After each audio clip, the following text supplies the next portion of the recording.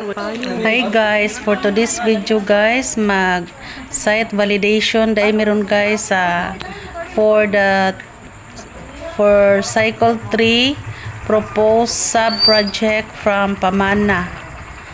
Thank you so much day no sa nila ni engineer nga naadiri karon para mag site validation kauban sa amo ang Pamana and ECT coordinator Ma'am Charmaine Aconia kauban sa mga staff.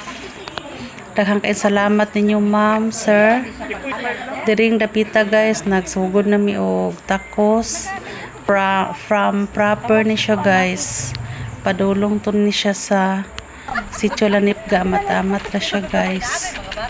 Sa ding dapita guys, init kayo pero amuara jud ning gisulay guys kay tungod karon ang schedule namo sa site validation. Daghang salamat guys sa inyong padayon nga cooperation guys sa ato ang barangay, especially sa mga pumuluyo nga makabenepisyo aning project to Sitio Lanipga sa mga muagi diri guys. Dira sa may bangga gid. Daghang kayong salamat sa ato ang pinalangga nga mayor Honorable Milicio Giap Jr. LGU of Escalante City. Thank you so much and thank you for watching. Bye bye.